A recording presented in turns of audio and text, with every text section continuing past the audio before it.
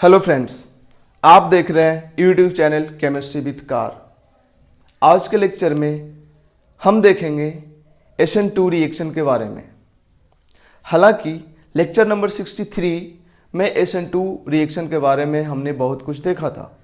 In fact केवल solvent effect नहीं देखा था, बट फिर भी जो चीज़ें हमने देखा था उसी को रिपीट कर रहे हैं और कुछ एडवांस लेवल तक इस लेक्चर को ले जाएंगे। लेक्चर नंबर 63 में बेसिक लेवल पे हमने SN2 को पढ़ाया था, यहाँ एडवांस लेवल पे पढ़ाएंगे। ठीक है, तो इस लेक्चर को देखने से पहले हमें ऐसा लगता है कि तुम लोगों को lecture number 63 alkene SN1 SN2 E1 E2 करके लेक्चर का नाम होगा, उस लेक्चर को देखना चाहिए। उसके बाद इस लेक्चर को देखना स्टार्ट करना चाहिए और हमें उम्मीद है कि तुम उस लेक्चर को देखे होगे। ठीक है, चलो तो स्टार्ट करते हैं SN2 रिएक्शन।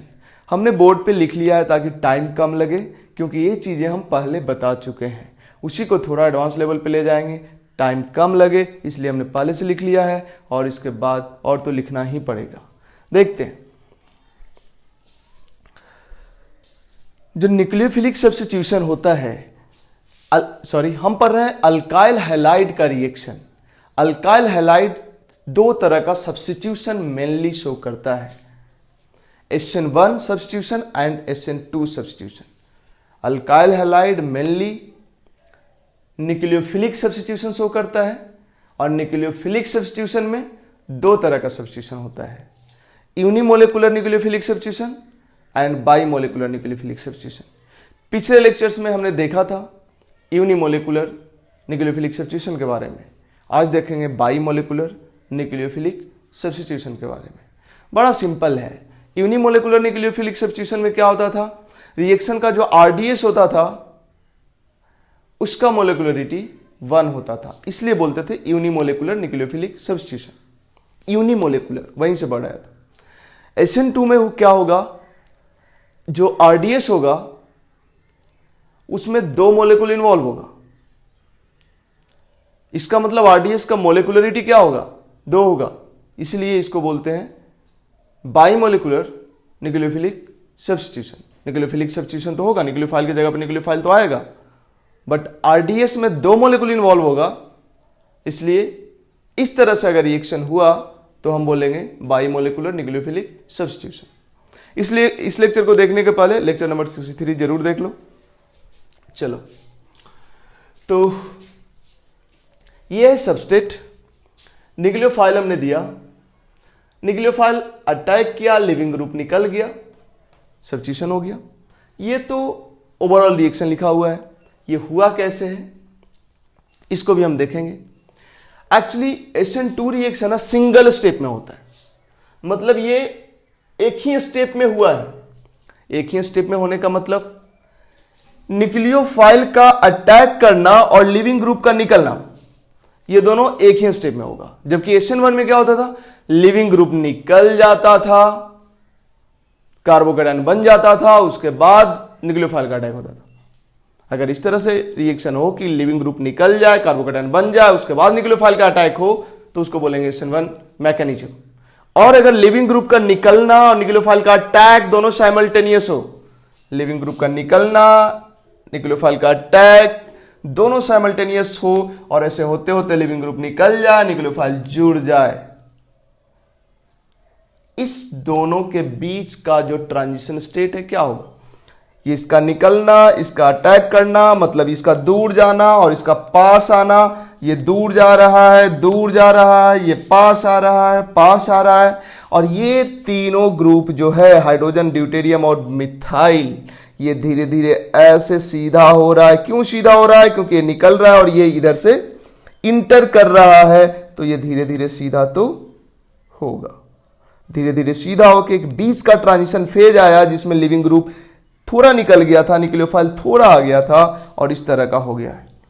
मतलब ये बोर्ड के प्लेन में है, ये बोर्ड के अंदर है, ये बोर्ड के बाहर है, मतलब ये कुछ इस तरह का है। पेन चाहिए मेरे को 3 समझाने के लिए, बट मार्कर तो हमारे पास 2 ही है। देखो, ये जो यहाँ का जो सिचुएशन है वो कैसे है, वो ऐसा है, ये ऊपर में समझो एक मार्कर है ऐसे, है ना, और इधर लिविंग ग्रुप लगा हुआ है और इधर न्यूक्लियोफाइल लगा हुआ है। न्यूक्लियोफाइल ऐसे इंटर कर रहा है। एक्चुअली पहले, रुको, मेरे को 3 पेन का जरूरत है। देखो एक्चुअली पहले ये जो है ना, ये जो है ना वो ऐसे था और यहाँ पे लिविंग ग्रुप था, यहाँ पे लिविंग ग्रुप था। हुआ क्या है, लिविंग ग्रुप इधर से निकल रहा है, ये तीनों धीरे धीरे ऐसे सीधा हो रहा है और इधर से न्यूक्लियोफाइल आ रहा है। ट्रांजिशन स्टेट में क्या होगा, न्यूक्लियोफाइल यहां पे होगा, लिविंग ग्रुप यहां से निकल के यहां पे होगा। ठीक है, मतलब ये लिविंग ग्रुप भी थोड़ा बॉन्ड बनाए रहेगा और न्यूक्लियोफाइल भी थोड़ा बॉन्ड बनाए रहेगा और फाइनली न्यूक्लियोफाइल इंटर करते करते करते करते यहां चला आया और ये निकलते निकलते बाहर चला गया। और जब ये फाइनली इंटर करते करते जब यहां पे आया तो उस समय ये धीरे धीरे ऐसे मुड़ते मुड़ते मुड़ते मुड़ते इस तरह से हो जाएगा। ठीक है, समझ आया? मतलब ऐसे सोच सकते हो कि पहले एक अम्ब्रेला था जो इस तरह से था और अब वही अम्ब्रेला ऐसे इन्वर्ट हो गया। इसी को बोलते हैं वाल्डन इन्वर्जन या अम्ब्रेला इन्वर्जन। ठीक है, जरा गौर करना, इन सारे पॉइंट्स को हम अभी और डिटेल में समझेंगे। न्यूक्लियोफाइल का टैग लिविंग ग्रुप का साइमल्टेनियस निकलना, अगर ऐसा हुआ तब तो ये एक ही स्टेप में यहां से यहां चलाएगा इस ट्रांजिशन स्टेट के थ्रू, इसके और इसके बीच में कोई इंटरमीडिएट नहीं बनेगा। तो SN2 में एक ही स्टेप में रिएक्शन होता है, एक ही स्टेप में रिएक्शन होता है। मतलब जब एक ही स्टेप है तो यही स्टेप RDS होगा। 2-3 स्टेप होता है तब ना कोई RDS होता है, कोई स्लो होता है, कोई फास्ट होता है, तो स्लो वाला RDS होता है, फास्ट वाला RDS नहीं होता है। बट जब एक ही स्टेप है तो वही रेट डिटरमाइनिंग स्टेप होगा, यही RDS है। अब जरा बताओ रेट ऑफ रिएक्शन किस पे डिपेंड करेगा? RDS में जो जो इन्वॉल्व है उस पे डिपेंड करेगा। RDS में इन्वॉल्व कौन है? सबस्ट्रेट और न्यूक्लियोफाइल, सबस्ट्रेट और न्यूक्लियोफाइल। मतलब रेट ऑफ रिएक्शन इस रिएक्शन का डिपेंड करेगा सबस्ट्रेट एंड न्यूक्लियोफाइल के कंसंट्रेशन पे। Rate of reaction directly proportional to substrate का कंसंट्रेशन इनटू न्यूक्लियोफाइल का कंसंट्रेशन। प्रोपोर्शनलिटी साइन को हटाने के लिए कांस्टेंट लाओगे तो एक K आ जाएगा और ये K बेसिकली क्या है? रेट कांस्टेंट है जो डिपेंड करेगा टेम्परेचर पे, जो डिपेंड करेगा सबस्ट्रेट न्यूक्लियोफाइल के नेचर पे, जो डिपेंड करेगा सॉल्वेंट पे, जैसा कि SN1 में होता था। क्या डिपेंड करेगा क्या क्या चीज पे? Nature of substrate. Nature of substrate का मतलब 1 डिग्री सबस्ट्रेट है कि 2 डिग्री सबस्ट्रेट है कि 3 डिग्री सबस्ट्रेट है। स्ट्रेंथ ऑफ न्यूक्लियोफाइल पे भी क्या डिपेंड करेगा? बहुत ज्यादा स्ट्रॉन्ग न्यूक्लियोफाइल है तो के कुछ और होगा, थोड़ा कमजोर न्यूक्लियोफाइल होगा तो के कुछ और होगा। के टेम्परेचर पे भी डिपेंड करेगा, टेम्परेचर बढ़ाने से के जनरली बढ़ता है ना। सबस्ट्रेट पे कैसे डिपेंड करेगा ये भी हम बताएंगे। और डिपेंड करेगा सॉल्वेंट पे, सॉल्वेंट पोलर प्रोटिक है या पोलर एप्रोटिक है या नॉन पोलर है, उस पे भी डिपेंड करेगा के। ठीक है, बट ये सारा कुछ हम देखेंगे आगे जब पार्ट वाइज देखेंगे कि सबस्ट्रेट कैसा होना चाहिए, न्यूक्लियोफाइल कैसा होना चाहिए, लिविंग ग्रुप कैसा होना चाहिए एंड सॉल्वेंट कैसा होना चाहिए। तो वहां पे देखेंगे कि उन सब का के पे क्या इफेक्ट पड़ता है। फिलहाल तो हमने ये देखा कि रेट ऑफ रिएक्शन के इंटू सबस्ट्रेट इंटू न्यूक्लियोफाइल।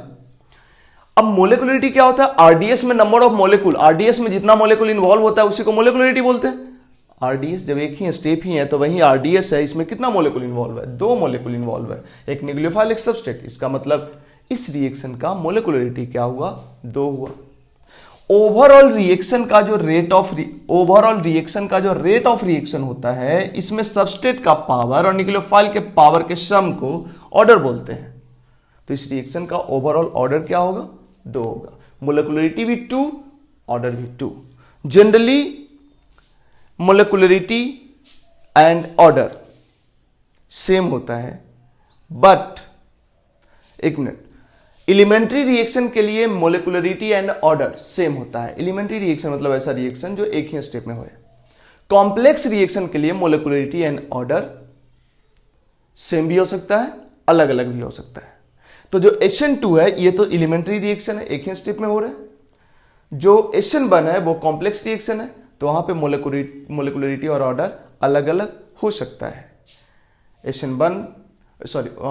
जो SN1 रिएक्शन है जो कि कॉम्प्लेक्स 2 स्टेप में हो रहा था, तो वहां पे मोलिकुलरिटी और ऑर्डर अलग अलग हो सकता है, लेकिन SN1 रिएक्शन उसको बोलते हैं जिसमें मोलिकुलरिटी भी 1 होता है और ओवरऑल ऑर्डर भी 1 होता है, ठीक है। बट उस टाइप के रिएक्शन में, मतलब ऐसा रिएक्शन तुमको मिल जाएगा जो 2 स्टेप में हुआ हो या 3 स्टेप में हुआ हो या 4 स्टेप में हुआ हो, उसका RDS का मोलिकुलरिटी कुछ और हो और ओवरऑल रेट ऑफ रिएक्शन का ऑर्डर कुछ और हो। बट SN1 में ऐसा नहीं होता है। SN1 में जो मोलिकुलरिटी होता है वहीं ऑर्डर भी होता है, SN2 में भी वही होता है, जो मोलिकुलरिटी होता है वहीं ऑर्डर भी होता है। ये मोलिकुलरिटी और ऑर्डर हमें अभी नहीं बात करना चाहिए था, ये केमिकल काइनेटिक्स में हम डिटेल में पढ़ेंगे। अगर अभी ऑर्डर और मोलिकुलरिटी में डिफरेंस समझ नहीं आया तो कोई बात नहीं, इसको हम पढ़ेंगे केमिकल काइनेटिक्स चैप्टर के अंदर, ठीक है। अभी बस ये समझो कि RDS में जितना मोलिक्यूल इन्वॉल्व था वही मोलिकुलरिटी है, तो मोलिकुलरिटी 2 है, इसी वजह से बाई मतलब बाई मोलिकुलर न्यूक्लियोफिलिक सब्स्टिट्यूशन नाम रखा गया इस तरह के मैकेनिज्म को, ठीक है। अब ट्रांजिशन स्टेट देखो, ये बना था ट्रांजिशन स्टेट, इधर से लिविंग ग्रुप निकलना, इधर से न्यूक्लियोफाइल का अटैक, और ट्रांजिशन स्टेट ये बना। ट्रांजिशन स्टेट में ये जो कार्बन होता है sp2 हो जाता है। ये sp3 था, ये sp3 था, और ट्रांजिशन स्टेट में ये sp2 हो जाता है, क्योंकि ये देखो ये सेक्शन और ये सेक्शन प्लेनर है, और ये जो है प्योर पी ऑर्बिटल है, प्योर पी ऑर्बिटल। पहले तो ये sp3 हाइब्रिडाइज्ड ऑर्बिटल है, ये बॉन्ड जो बना है लिविंग ग्रुप के ऑर्बिटल और कार्बन के sp3 हाइब्रिडाइज्ड ऑर्बिटल से बना है, लेकिन जैसे जैसे निकल रहा होता है, ये इंटर कर रहा होता है, जब बीच का पॉइंट आता है, ट्रांजिशन स्टेट आता है, तो वहां पे क्या होता है, ये sp हाइब्रिडाइज्ड रहता है। ये सेक्शन और ये सेक्शन तीनों प्लेनर है। अब ये है ट्रांजिशन स्टेट। अगर इस रिएक्शन का एनर्जी प्रोफाइल ड्रॉ करें तो एनर्जी इधर लिखेंगे, रिएक्शन कोऑर्डिनेट इधर लिखेंगे, रिएक्टेंट ट्रांजिशन स्टेट, और इधर कहीं प्रोडक्ट रहेगा, डिपेंडिंग ऑन कि एक्सोथर्मिक रिएक्शन है या एंडोथर्मिक रिएक्शन है। अगर एक्सोथर्मिक रिएक्शन रहेगा तो नीचे आ जाएगा, और अगर एंडोथर्मिक रिएक्शन रहेगा तो ये ऊपर ही रहेगा, रिएक्टेंट से ऊपर ही रहेगा, ठीक है। मतलब ये या तो इतने पे रहेगा या तो इतना पे रहेगा, डिपेंडिंग ऑन रिएक्शन एक्सोथर्मिक है या इंडोथर्मिक है। अगर इंडोथर्मिक है तो इसके लेवल से ऊपर ये रहेगा, एक्सोथर्मिक है तो इसके लेवल से नीचे ये रहेगा, ठीक है। तो ये तो कहां तक जाएगा तो डिपेंड करेगा एक्सोथर्मिक रिएक्शन है या इंडोथर्मिक रिएक्शन है। रिएक्टेंट ट्रांजिशन स्टेट के जगह पे ये रहेगा, रिएक्टेंट के जगह पे ये दोनों रहेगा, ठीक है।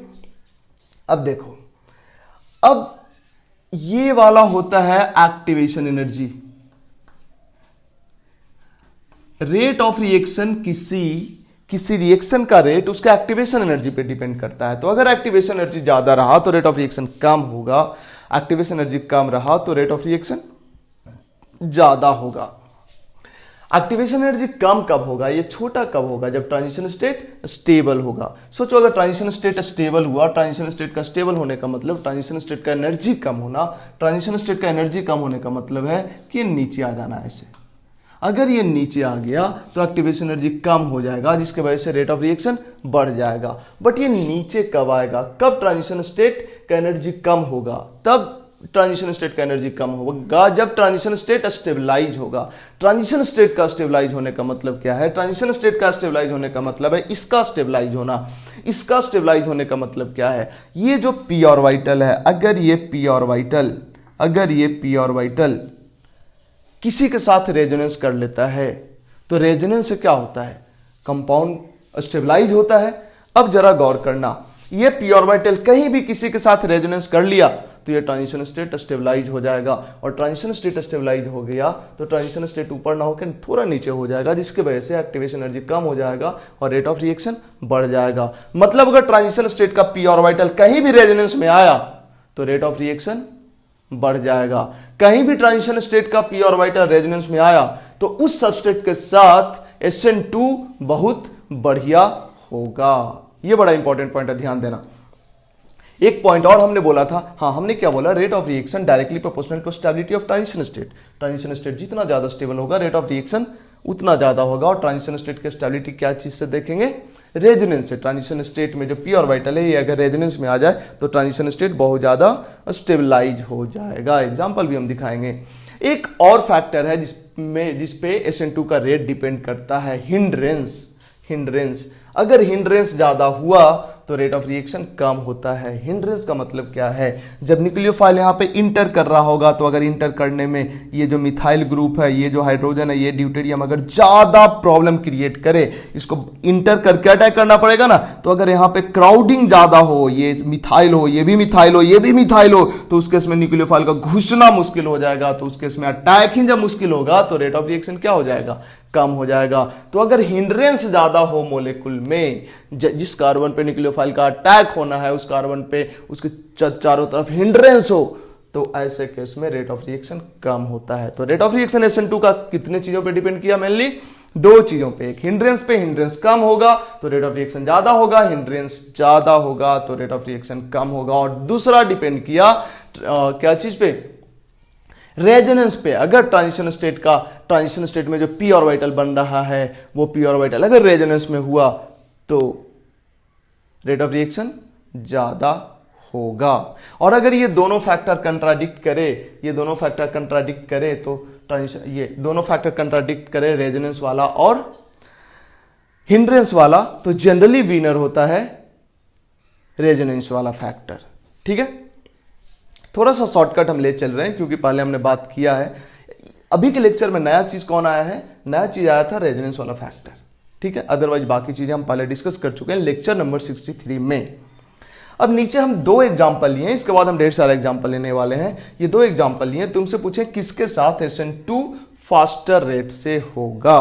तो जरा देखो यहाँ पे, ये 3 डिग्री है, 2 डिग्री है, 1 डिग्री है, मिथाइल हैलाइड है। इसके बारे में बात करें तो यहां पे क्या होगा, ये है CH3 CH3 CH3 और ये लिविंग ग्रुप, या हैलाइड लिखो या लिविंग ग्रुप लिखो। न्यूक्लियोफाइल सोचो, न्यूक्लियोफाइल को यहां घुसने में कितना दिक्कत होगा, जबकि इधर से 3 मिथाइल ग्रुप लगा हुआ है तो बहुत दिक्कत होगा, हिंड्रेंस बहुत ज्यादा मिलेगा। इसके वजह से इसका SN2 कम होगा। जबकि अगर यहीं CH3 की जगह H रहता केबल, तो इसको इंटर करने में हिंड्रेंस कम मिलता, जिसके वजह से अटैक आसानी से हो जाता। मतलब इसमें हिंड्रेंस सबसे ज्यादा है और इसमें हिंड्रेंस सबसे कम है, इसलिए इसका रेट ऑफ रिएक्शन SN2 का सबसे कम होगा और इसका रेट ऑफ रिएक्शन SN2 का सबसे ज्यादा होगा। और यही वजह है कि या तो मिथाइल हैलाइड में SN2 होता है या 1 डिग्री में होता है। 2 डिग्री में SN2 बहुत कम होता है और 1 डिग्री में तो SN2 होता ही नहीं है। ठीक है, नीचे अगर हम बात करें, हालांकि ये 2 डिग्री में SN2 की कम होता है, लेकिन SN2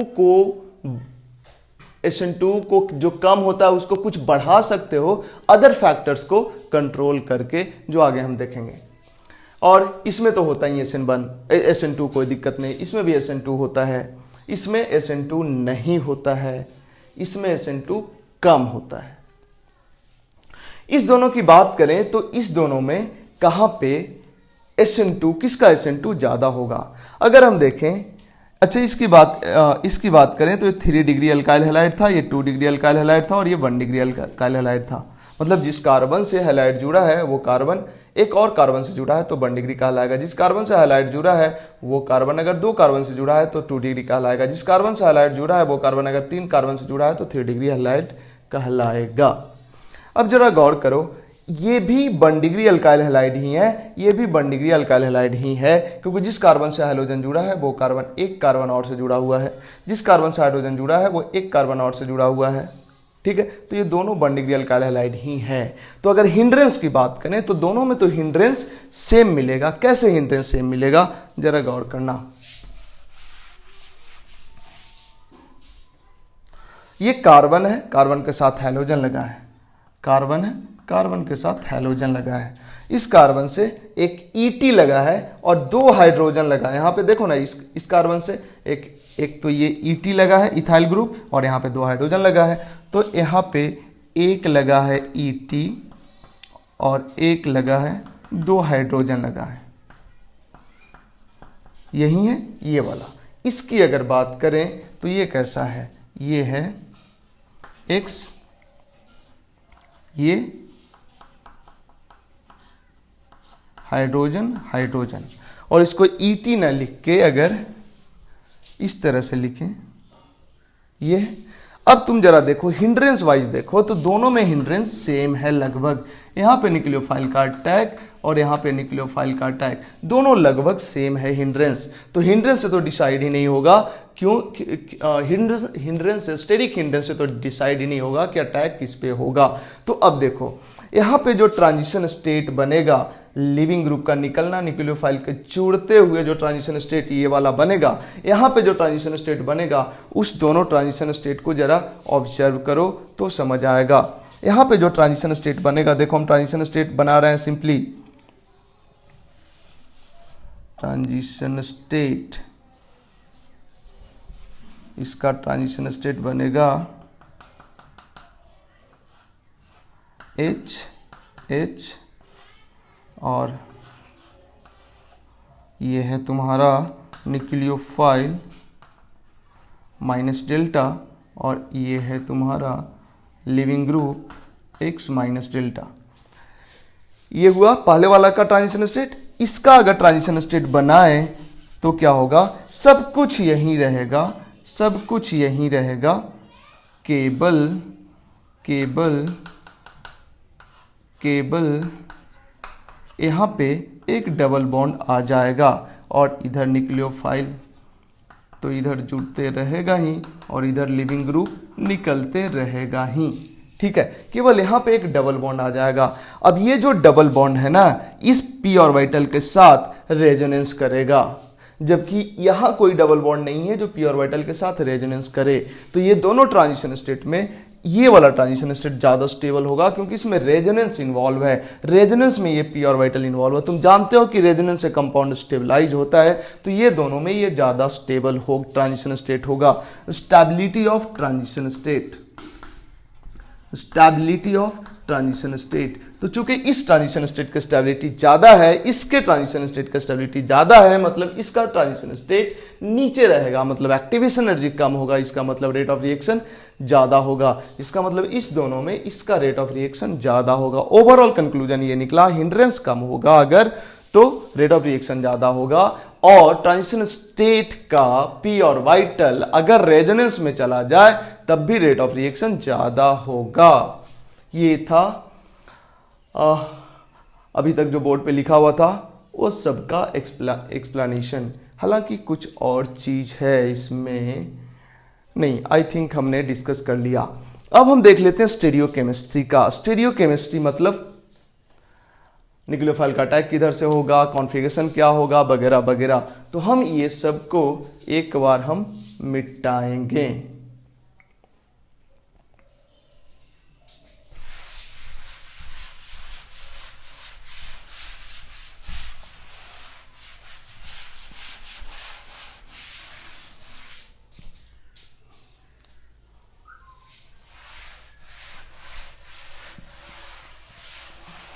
जा मिटा दिया इसको, इसका जरूरत है, चलो बना लेंगे फिर से।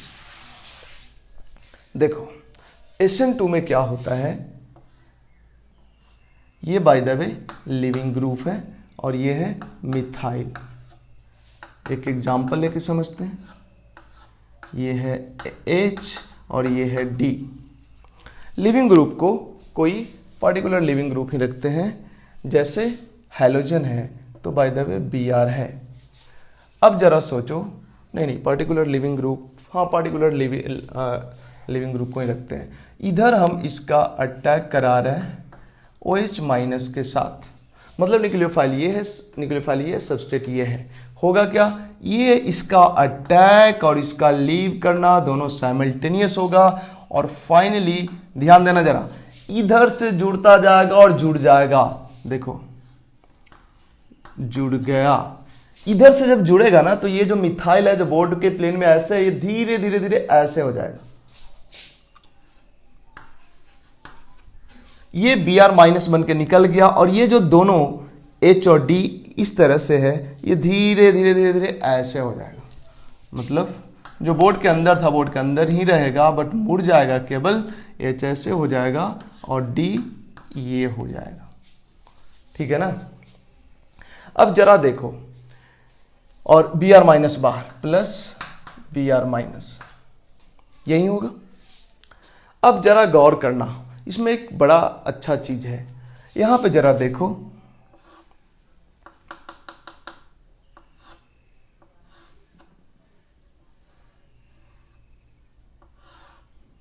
ये अम्ब्रेला है समझो, है ना, और ये अम्ब्रेला है समझो। और यहाँ पे अम्ब्रेला देखो क्या हो गया है, ऐसा लगा है कि इधर से हवा आया है, इधर से हवा आया है, इधर से हवा आया है, और अम्ब्रेला उलट सा गया है।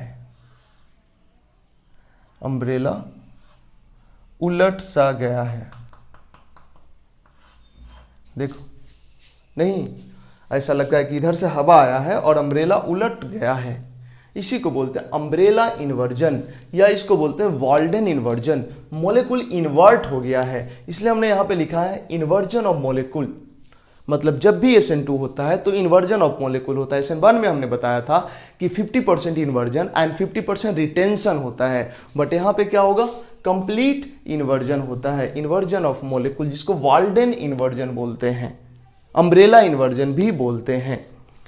Inversion of configuration sometime retention, इसका मतलब यह हुआ कि इसका मोलिकुलर इन्वर्जन तो हो जाता है, मोलिकुल तो इन्वर्ट हो जाता है, ज्यादातर टाइम्स इस कार्बन का जो कॉन्फिगरेशन रहता है, इसका कॉन्फिगरेशन उससे उल्टा आता है, मतलब कॉन्फिगरेशन का भी इन्वर्जन हो जाता है।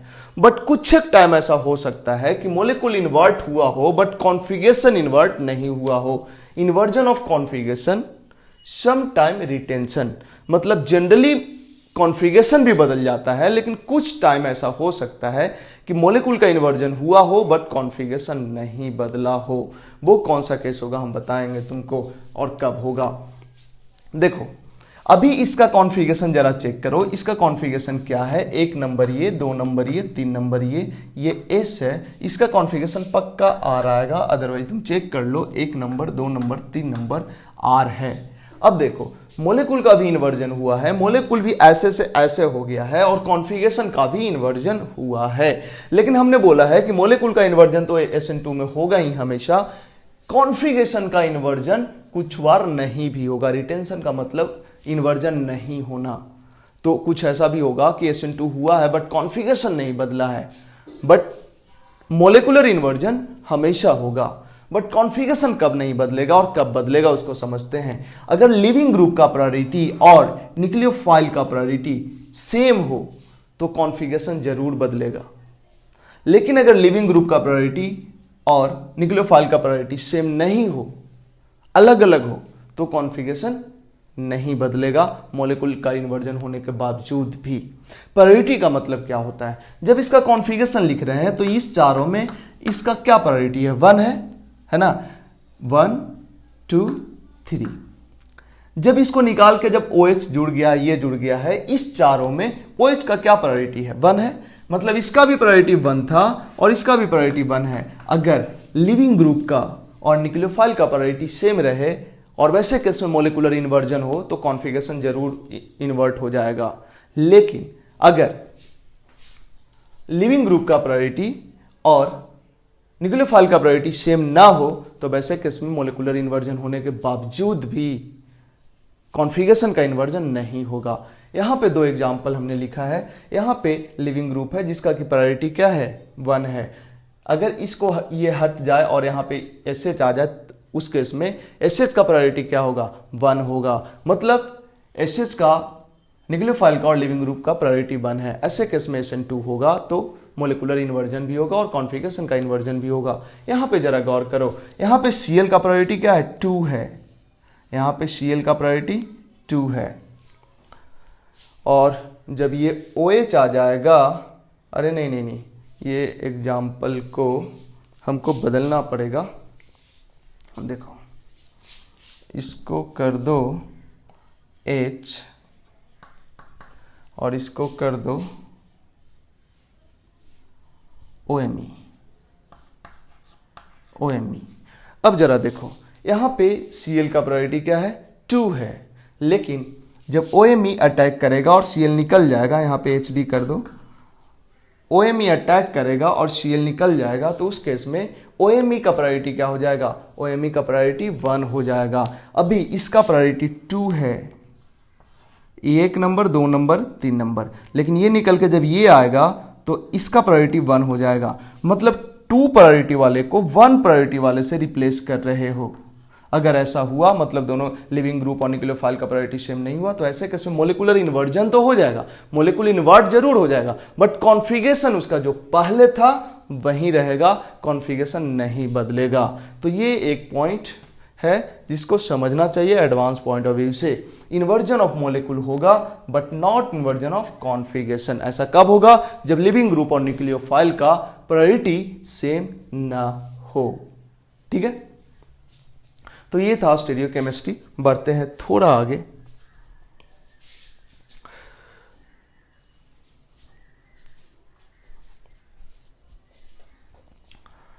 लेक्चर 30 मिनट का हो गया है, इसलिए लेक्चर को करते हैं यहीं पे स्टॉप और मिलते हैं नेक्स्ट लेक्चर में। Thank you.